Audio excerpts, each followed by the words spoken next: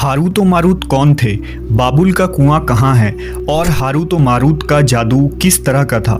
ये वो पुरअसरार सवालात हैं जिनके जवाब तो बहुत हैं और लिखने वालों ने भी बहुत कुछ लिखा है, लेकिन उन किस्से कहानियों में हकीकत को तलाश करना गहरे समुंदर से मोतियां निकालने के बराबर है। हारूत व मारूत के मुताल्लिक बुनियादी तौर पर दो तरह की रवायतें मिलती हैं, एक वो जो कुरान व हदीस और ताबईन के अक़वाल में मौजूद है और दूसरी वो जो तौरेत व इंजील और इसराइली रिवायतों में आती है, जबकि उन इसराइली रिवायतों को बेशतर उलमा और मुवर्रिखीन ने तायीद की है। इस वीडियो में हम उन दोनों तरह की रिवायतों और वाक़यात को मुकम्मल पेश करेंगे।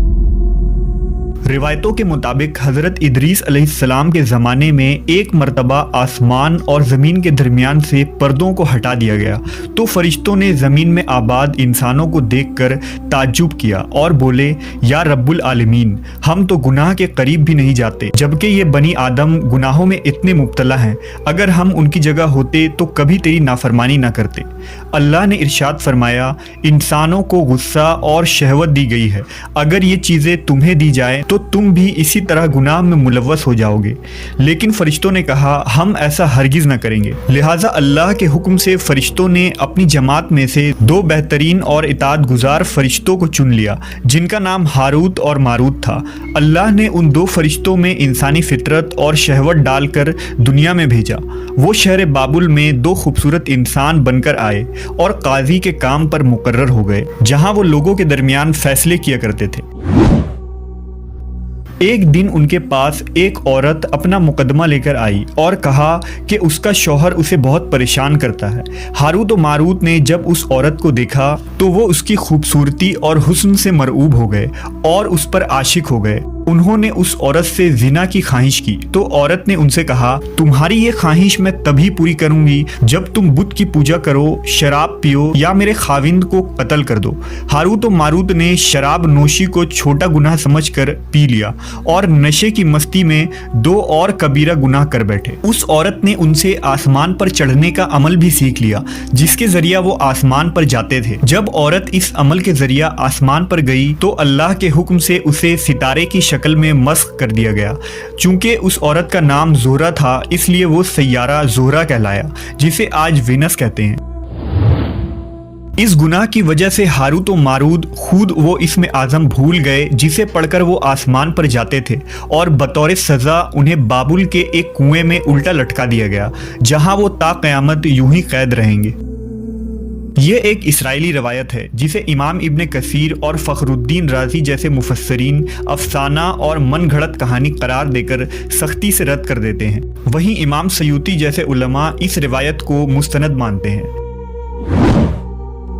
हारूत व मारूत और चाहे बाबुल के सिलसिले में एक और रिवायत कसरत से बयान की जाती है, जिसके मुताबिक एक ज़माना ऐसा था जब शहर बाबुल रुए ज़मीन पर तहजीब व तमद्दुन का मरकज़ था। यहाँ के लोग बातिल खुदा की परस्तिश किया करते थे। ये लोग अपनी किस्मत उनसे वाबस्ता समझते थे, इसलिए इल्म नजूम और इल्म फल्कियात में बड़े माहिर थे। उनके बुतकदों में सितारों की पूजा की जाती थी। ये लोग जादू, तंत्र मंत्र, सिफली को बहुत अहमियत देते और इस इल्म के जरिया मुआशरे में खूब फसाद फैलाते थे। ये लोग तिलिस्म, जादू, तंत्र मंत्र में बहुत आगे बढ़ गए। उनमें बड़े बड़े जादूगर मौजूद थे। उनकी तारीखी किताबों में जगह जगह जादू और तंत्र मंत्र ही नजर आता है। उनका जादू दूर दूर तक मशहूर था। मुख्तसर ये कि उस शहर का बाशिंदा होना ही जादूगर होने की अलामत थी। जब हज़रत सुलेमान अलैहिस्सलाम की हुकूमत आई तो आपने उन लोगों को इस शिरकिया अमल से रोका और उनकी सहर और जादू की किताबों को एक जगह जमा करके अपनी अजीम कुर्सी के नीचे दफन कर दिया, ताकि इस फितना अंगेज इल्म का जड़ से खात्मा हो जाए। जब सुलेमान अलैहिस्सलाम की वफ़ात हुई तो शैतान ने उन किताबों को दोबारा खोद कर निकाला और लोगों से कहा कि सुलेमान पैगंबर नहीं था, बल्कि उन किताबों के ज़रिया हुकूमत किया करता था। लिहाजा हवा में उड़ना, जिन्नात पर काबू और सुलेमान अलैहिस्सलाम के गैर मामूली मुआजिज़ात दरअसल जादू और सिफली का अमल था। बनी इसराइल ने उसकी पैरवी की और उन किताबों को पढ़ना शुरू कर दिया। लिहाजा दोबारा ये शर अंगेज इल्म इस कौम में सुरायत कर गई। अल्लाह ने सुलेमान अलैहिस्सलाम पर लगाए गए इल्ज़ाम और तुहमत की नफ़ी करते हुए सूरह बकरा में फरमाया है, اور انہوں نے اس چیز کی پیروی کی جو شیطان سلیمان کی بادشاہت کے وقت پڑھتے تھے، اور سلیمان نے کفر نہیں کیا تھا لیکن شیطانوں نے ہی کفر کیا۔ لوگوں کو جادو سکھاتے تھے اور اس چیز کی بھی جو شہر بابل میں ہاروت و ماروت دو فرشتوں پر اتارا گیا تھا، اور وہ کسی کو نہ سکھاتے تھے جب تک یہ نہ کہہ دیتے کہ ہم تو صرف آزمائش کے لیے ہیں، تو کافر نہ بن۔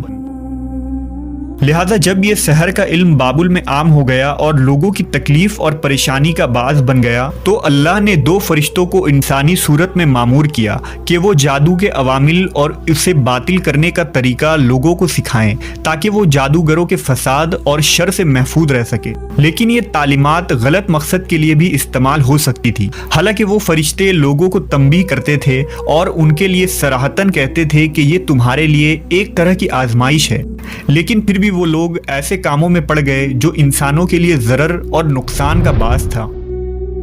بعض عربی داستانوں میں اس کنویں کا ذکر بھی ملتا ہے جہاں کئی لوگ پہنچے اور ہاروت و ماروت سے ملاقات کر کے جادو کا علم بھی سیکھا، جبکہ بعض مورخین کا کہنا ہے کہ عراق کے شہر حلہ کے قریب ایک کھنڈر میں موجود قدیم کنواں ہے جہاں سے بابل کی سرحد شروع ہوتی تھی۔ یہ اس کنویں کو ہی چاہے بابل قرار دیتے ہیں۔